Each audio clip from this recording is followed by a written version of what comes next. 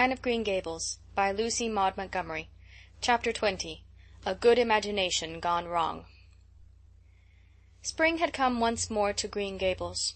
The beautiful, capricious, reluctant Canadian spring, lingering along through April and May in a succession of sweet, fresh, chilly days, with pink sunsets and miracles of resurrection and growth. The maples in Lover's Lane were red-budded, and little curly ferns pushed up around the Dryad's Bubble. Away up in the barrens, behind Mr. Silas Sloane's place, the mayflowers blossomed out, pink and white stars of sweetness under their brown leaves. All the schoolgirls and boys had one golden afternoon gathering them, coming home in the clear, echoing twilight with arms and baskets full of flowery spoil. "I'm so sorry for people who live in lands where there are no mayflowers," said Anne. "Diana says perhaps they have something better, but there couldn't be anything better than mayflowers, could there, Marilla? And Diana says if they don't know what they are like, they don't miss them. But I think that is the saddest thing of all. I think it would be tragic, Marilla, not to know what mayflowers are like and not to miss them. Do you know what I think mayflowers are, Marilla? I think they must be the souls of the flowers that died last summer, and this is their heaven. But we had a splendid time today, Marilla. We had our lunch down in a big mossy hollow by an old well. Such a romantic spot. Charlie Sloane dared Artie Gillis to jump over it, and Artie Gillis did because he wouldn't take a dare. Nobody would in school. It is very fashionable to dare. Mr. Phillips gave all the mayflowers he found to Prissy Andrews, and I heard him to say, 'Sweets to the sweet.' He got that out of a book, I know, but it shows he has some imagination. I was offered some mayflowers too, but I rejected them with scorn. I can't tell you the person's name because I have vowed never to let it cross my lips. We made wreaths of the mayflowers and put them on our hats, and when the time came to go home we marched in procession down the road, 2 by 2, with our bouquets and wreaths, singing 'My Home on the Hill.' Oh, it was so thrilling, Marilla. All Mr. Silas Sloane's folks rushed out to see us, and everybody we met on the road stopped and stared at us. We made a real sensation." "Not much wonder. Such silly doings," was Marilla's response. After the mayflowers came the violets, and Violet Vale was empurpled with them. Anne walked through it on her way to school with reverent steps and worshipping eyes, as if she trod on holy ground.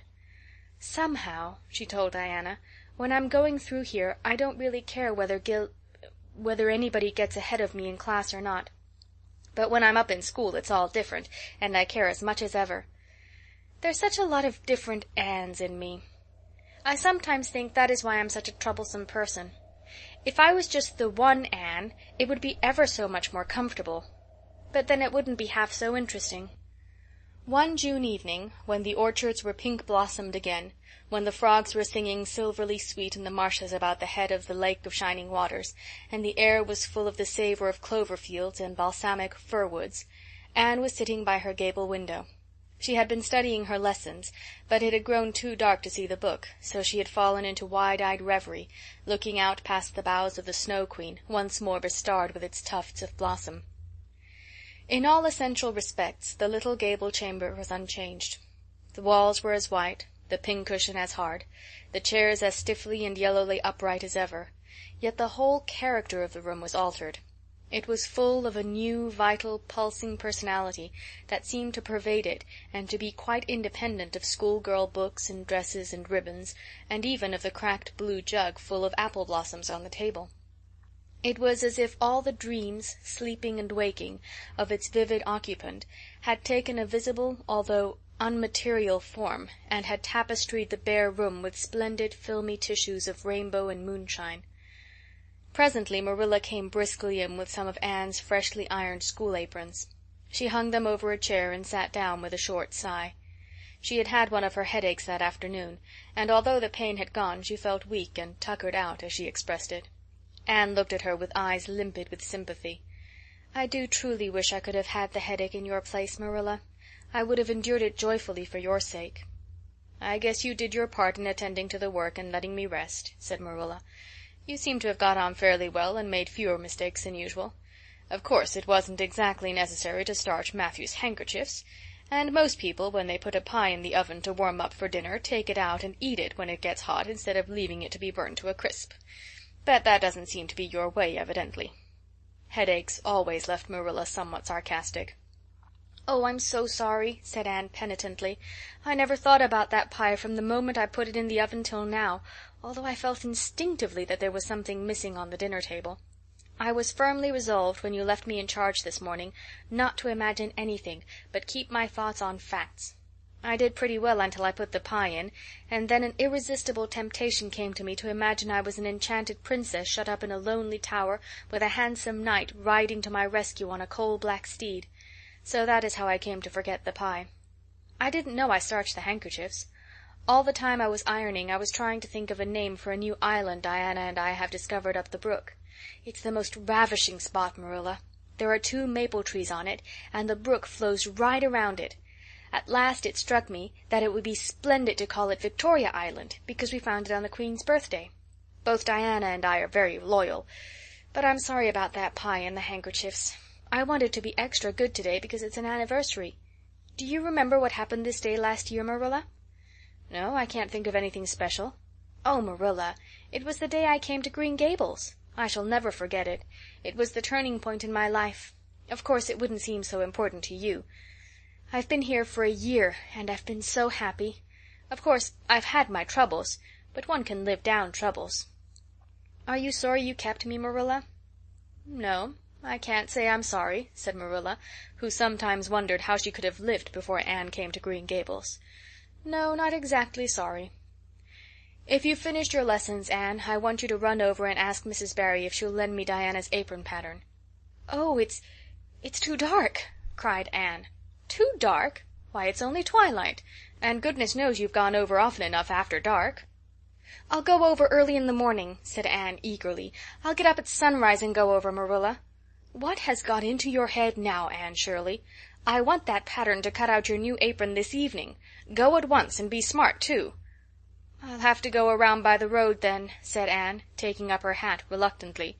"Go by the road and waste half an hour? I'd like to catch you." "I can't go through the haunted wood, Marilla," cried Anne desperately. Marilla stared. "The haunted wood? Are you crazy? What under the canopy is the haunted wood?" "The spruce wood over the brook," said Anne in a whisper. "Fiddlesticks! There is no such thing as a haunted wood anywhere. Who has been telling you such stuff?" "Nobody," confessed Anne. "Diana and I just imagined the wood was haunted. All the places around here are so commonplace. We just got this up for our own amusement. We began it in April. A haunted wood is so very romantic, Marilla. We chose the spruce grove because it's so gloomy. Oh, we have imagined the most harrowing things. There's a white lady walks along the brook just about this time of the night and wrings her hands and utters wailing cries. She appears when there is to be a death in the family. And the ghost of a little murdered child haunts the corner up by Idlewild. It creeps up behind you and lays its cold fingers on your hand. So. Oh, Marilla, it gives me a shudder to think of it. And there's a headless man stalks up and down the path, and skeletons glower at you between the boughs. Oh, Marilla, I wouldn't go through the haunted wood after dark now for anything. I'd be sure that white things would reach out from behind the trees and grab me." "Did ever anyone hear the like?" ejaculated Marilla, who had listened in dumb amazement. "Anne Shirley, do you mean to tell me you believe all that wicked nonsense of your own imagination?" "Not believe exactly," faltered Anne. "At least, I don't believe it in daylight. But after dark, Marilla, it's different. That is when ghosts walk." "There are no such things as ghosts, Anne." "Oh, but there are, Marilla," cried Anne eagerly. "I know people who have seen them, and they're respectable people. Charlie Sloane says that his grandmother saw his grandfather driving home the cows one night after he'd been buried for a year. You know Charlie Sloane's grandmother wouldn't tell a story for anything. She's a very religious woman. And Mrs. Thomas's father was pursued home one night by a lamb of fire with its head cut off, hanging by a strip of skin. He said he knew it was the spirit of his brother, and that it was a warning he would die within 9 days. He didn't, but he died 2 years after, so you see it was really true. And Ruby Gillis says—" "Anne Shirley," interrupted Marilla firmly, "I never want to hear you talking in this fashion again. I've had my doubts about that imagination of yours right along, and if this is going to be the outcome of it, I won't countenance any such doings. You'll go right over to Barry's, and you'll go through that spruce grove, just for a lesson and a warning to you, and never let me hear a word out of your head about haunted woods again." Anne might plead and cry as she liked, and did, for her terror was very real. Her imagination had run away with her, and she held the spruce grove in mortal dread after nightfall. But Marilla was inexorable. She marched the shrinking ghost-seer down to the spring and ordered her to proceed straightway over the bridge and into the dusky retreats of wailing ladies and headless spectres beyond. "Oh, Marilla, how can you be so cruel?" sobbed Anne. "What would you feel like if a white thing did snatch me up and carry me off?" "I'll risk it," said Marilla unfeelingly. "You know I always mean what I say. I'll cure you of imagining ghosts into places. March! Now!" Anne marched. That is, she stumbled over the bridge and went shuddering up the horrible dim path beyond. Anne never forgot that walk. Bitterly did she repent the license she had given to her imagination.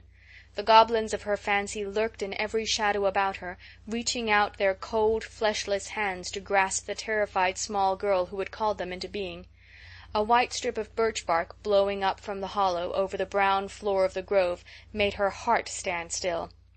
The long-drawn wail of two old boughs rubbing against each other brought out the perspiration in beads on her forehead. The swoop of bats in the darkness over her was as the wings of unearthly creatures. When she reached Mr. William Bell's field, she fled across it as if pursued by an army of white things, and arrived at the Barry kitchen door so out of breath that she could hardly gasp out her request for the apron pattern. Diana was away, so that she had no excuse to linger. The dreadful return journey had to be faced. Anne went back over it with shut eyes, preferring to take the risk of dashing her brains out among the boughs to that of seeing a white thing. When she finally stumbled over the log bridge, she drew one long, shivering breath of relief. "Well, so nothing caught you?" said Marilla unsympathetically. "Oh, Marilla," chattered Anne, "I'll be contented with commonplace places after this." End of chapter 20.